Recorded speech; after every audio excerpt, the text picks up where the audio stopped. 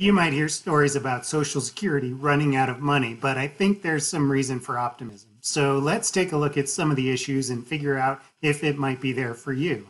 Now, Social Security might not be quite as generous as it was for previous generations and maybe the current generation, but I don't know if the changes will be quite as dramatic as some people think. So if you're thinking about only getting a quarter of what your Social Security statement tells you, or the program going away altogether, I don't think those types of things will happen, although anything is possible.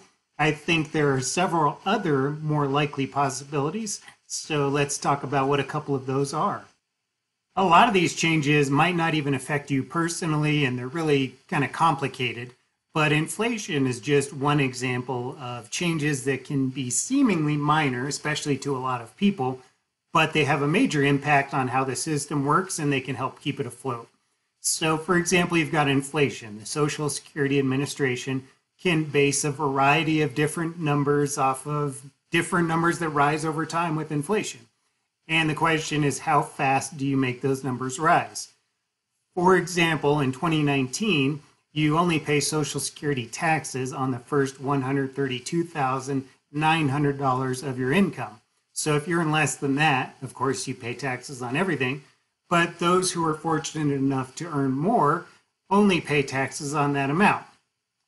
One way to affect the system is to make people pay taxes on a higher income level. So if we look back to, I have 2013 up, for example, that number was $113,700. So it has risen some over the years. And the question is, how fast is it going to rise in the future? Changing that number can affect how much money comes into the Social Security system, and that can help it function better. That change doesn't affect everybody, and you might only notice it if your earnings were right near that amount. And that's the type of thing that can make a big difference in Social Security's solvency without everybody seeing their paychecks suddenly cut in half. Presumably, you're going to increase that dollar amount at the same rate that prices rise, or the things you want to buy with your Social Security check. But if one of those things goes up faster than the other, then that can make a big difference in your effective buying power of your Social Security. Again, it's not something you might notice in a dramatic way, but it makes a big difference in the system. Over the years, the amount you receive might increase with inflation, and that should help you keep up with rising prices. But what if your Social Security check doesn't increase at the same rate that prices rise? Or another question is, how do we define rising prices? So there are several different measures of inflation, and the Social Security Administration could link those increases to a certain type of inflation, and it might happen to be one that doesn't move as fast as the things you're spending money on.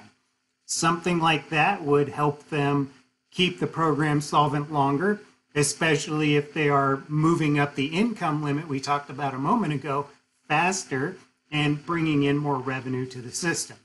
Again, it's not a dramatic and super obvious thing that people will see. Another possibility would be updating how you calculate your Social Security income. Currently, the system looks at your highest 35 years of earnings.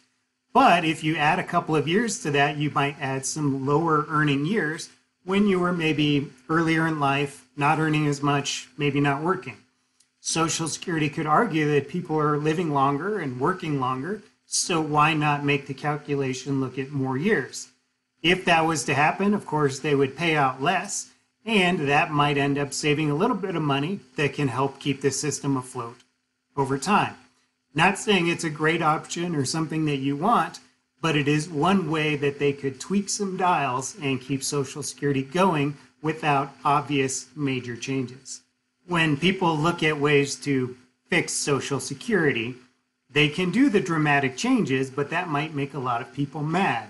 Instead, what they might try to do is just tweak a dial here, make a little change there, and when you combine the effects of those little changes, it really is quite dramatic, and it does a lot to keep the system afloat.